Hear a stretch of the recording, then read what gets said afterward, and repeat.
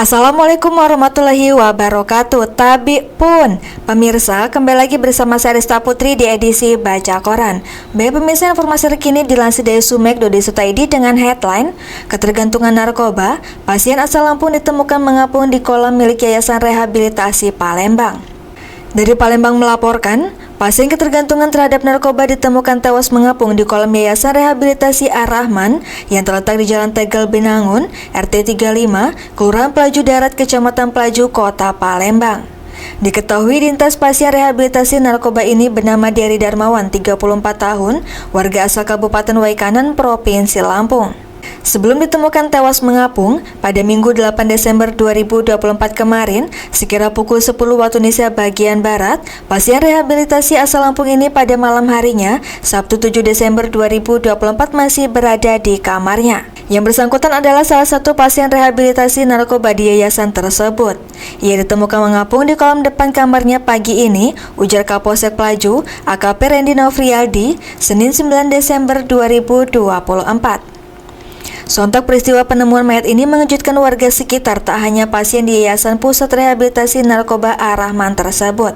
Dijelaskan, berdasarkan keterangan dari saksi RM Habibi, 38 tahun, korban sebelum ditemukan tewas pada malam harinya Sabtu 7 Desember 2024, sekitar pukul 21.30 waktu Indonesia bagian Barat masih berada di seputaran lokasi rehabilitasi. Namun, ketika para pasien hendak beristirahat, korban tidak tampak di kamarnya. Sempat dilakukan pencarian hingga larut malam, namun akhirnya kembali dilanjutkan pencarian pada pagi harinya. Pencarian pagi itu membuahkan hasil saat korban ditemukan mengapung di kolam yang terletak tepat depan kamarnya sekitar pukul 10 waktu Indonesia bagian Barat dalam kondisi sudah tidak bernyawa. Namun begitu, saat proses evakuasi, polisi tidak menemukan tanda-tanda kekerasan atau penganiayaan pada tubuh korban. Kami belum melihat adanya tanda kekerasan atau penganiayaan pada tubuh korban, ujarnya. Pasien tersebut masuk dengan diagnosa ketergantungan narkoba serta gangguan jiwa, tambahnya.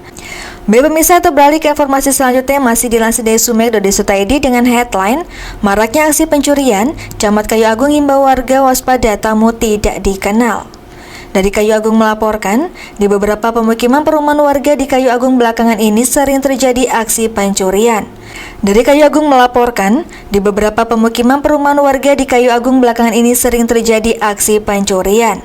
Adanya aksi itu jelas membuat warga menjadi resah dan khawatir, di mana aksi pencurian telah terjadi di perumahan warga di Kelurahan Sukadana, Jua-Jua, Cinta Raja, dan baru ini Kelurahan Tanjung Rancing.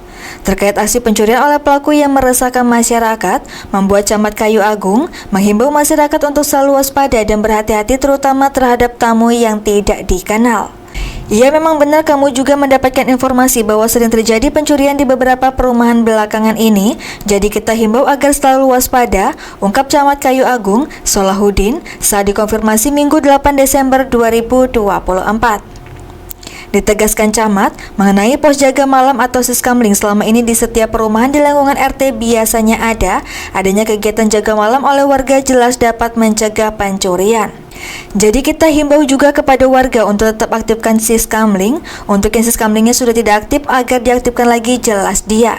Sambung Camat, aksi pencurian sekarang memang sedikit mengkhawatirkan karena dalam aksinya bukan hanya rumah yang ditinggal penghuninya, tetapi rumah yang ada penghuninya dan di saat penghuninya tertidur lalap. Diberitakan sebelumnya, aksi pencurian khusus di perumahan belakangan ini di Kayu Agung sering terjadi, sehingga membuat masyarakat menjadi resah. Seperti tadi dini hari, Minggu 8 Desember 2024 sekira pukul 2.30 waktu Indonesia bagian Barat, sejumlah pelaku pencurian beraksi di pemukiman perumahan warga di Kelurahan Tanjung Rancing, Kayu Agung.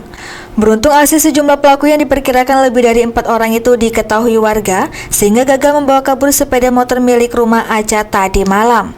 Baik pemirsa, kita balik ke informasi yang terakhir yang masih dilansir dari sumek.co.id dengan headline Bocah 4 tahun di 4 lawang disandra pria bersajam dalam pondok kebun karet, pelaku dilumpuhkan polisi.